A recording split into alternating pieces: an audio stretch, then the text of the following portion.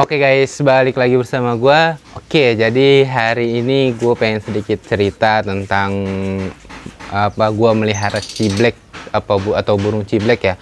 Nah, lebih tepatnya ini burung ciblek semi ya, yang ombyokan. Jadi gue melihara burung ini sampai gacor itu udah ada sekitaran 4 bulan, ada kali 4 bulanan itu. 4 bulan apa 3 bulan kurang. Nah, jadi untuk prosesnya ya cukup panjang juga untuk merawat burung ini. Nah, jadi gue pengen cerita dulu nih. Jadi awal gue melihara ini bukan satu ini doang. Jadi gue melihara ada total kalau nggak 4 itu 3. Nah, maksudnya itu 3-nya itu mati. Itu sebelumnya dia itu mati. Nah, untuk mati itu mungkin karena ada yang kena penyakit, ada yang stres ataupun yang lainnya. Gue juga ada yang ngerti matinya kenapa, dan juga ada yang nggak tahu tiba-tiba mati gitu ya. Oke guys, lanjut.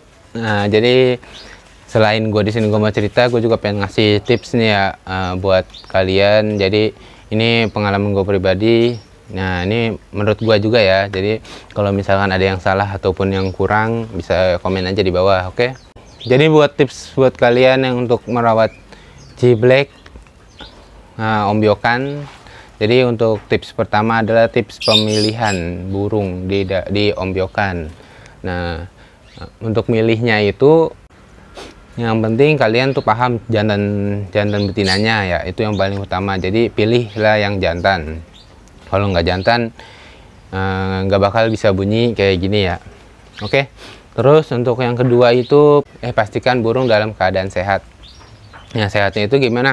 Sehatnya itu tidak nyelet, tidak ada luka-luka. Nah, itu aja tuh yang paling penting. Udah dua itu. Misalkan kalau buntutnya atau ekornya itu bondol, itu masih mending gitu ya. Maksudnya nggak terlalu terpaku dari ekornya ya. Jadi yang penting tidak nyelet, tidak ada luka-luka, apalagi yang di paruh itu ya, dan di sayap, mata, segala macam. Itu dia tips pemilihannya. Nah, jadi lanjut lagi nih. Setelah udah milih, tips untuk memeliharanya. Untuk tips memeliharanya, jadi untuk awal datang burung, kalian itu udah harus nyiapin sangkarnya, sangkar kosong untuk dia, dan udah ditaruh extra fooding ya. Jadi nggak usah pakai pur dulu. Ini gua ngelakuinnya kayak gitu ya, yang kemarin untuk ini. Jadi nggak usah dikasih pur. Habis itu siapin extra fooding setelah mau ulat Hongkong ataupun ulat kandang atau kroto, itu setelah, dan air untuk minumnya dia. Udah itu baru dah masukin ke dalam sangkar. Itu yang harus disiapkan. Udah itu satu lagi sama kerodong. Jadi untuk proses adaptasi dan pengepuran itu burung full kerodong ya.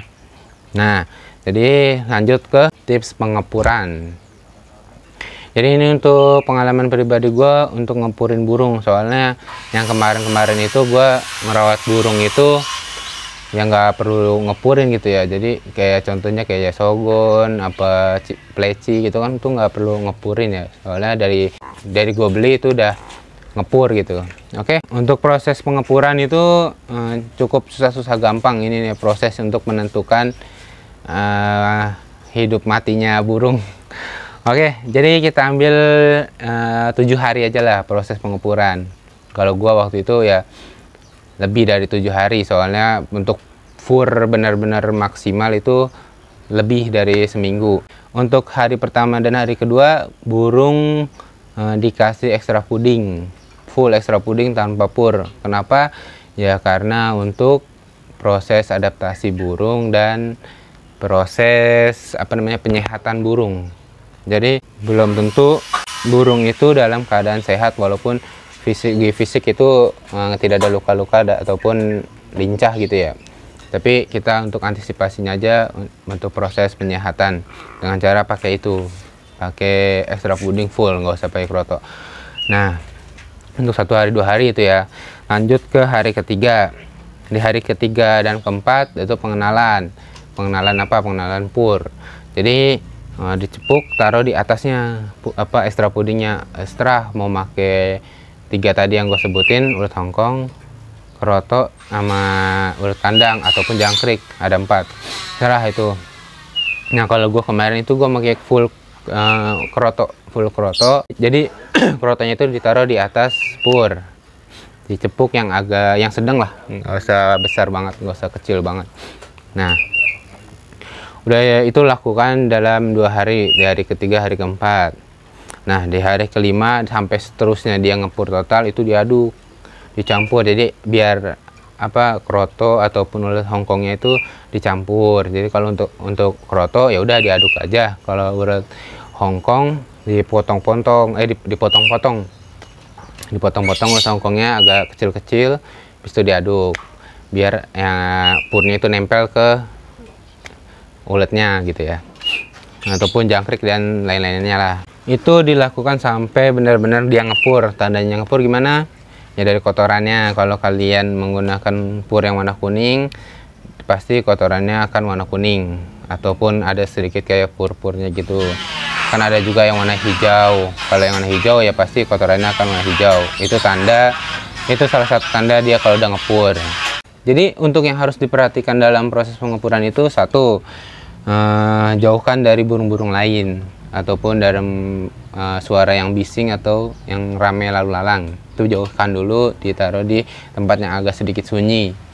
Dan full kerodong. Terus yang terakhir adalah penambahan ekstra puding secara berkala. Jadi terus-terusan dikasih misalkan tapi kalau misalkan kalian ada di rumah terus, tinggal taruh aja. Jadi 3 kali naruh, pagi, siang, sore gitu ya.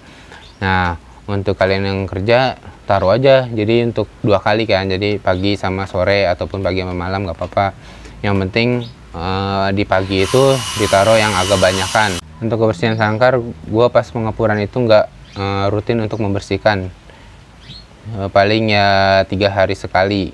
Soalnya gue 3 hari sekali biar dia tuh cepat beradaptasinya. Soalnya kalau misalkan gue buka sangkar terus habis itu ambil karpetnya, itu terlalu banyak pergerakan gitu ya. Jadi membuat burung stres gitu ya.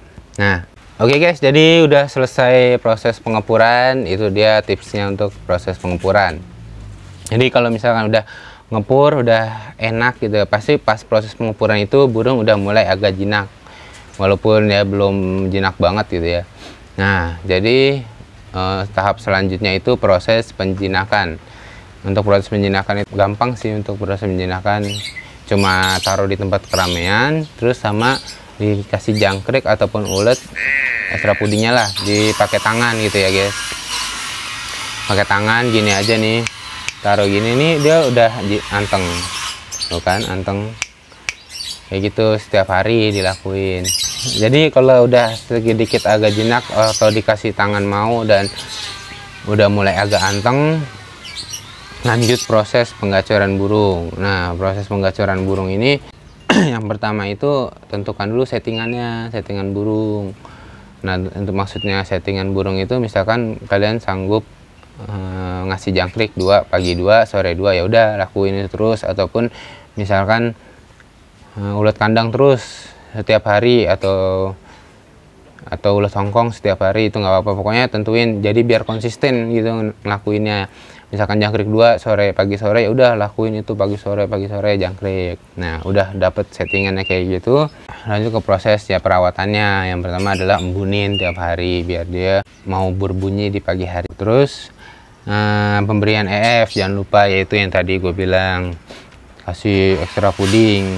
Jadi sesuai settingannya, jadi jangan sampai lepas gitu ya, maksudnya jangan sampai ada yang bolong untuk setiap harinya. Jadi ada tips dari gue, kalau yang gue lakuin itu adalah penambahan pelet lele di dalam pur halusnya. Nah nambahinnya gimana?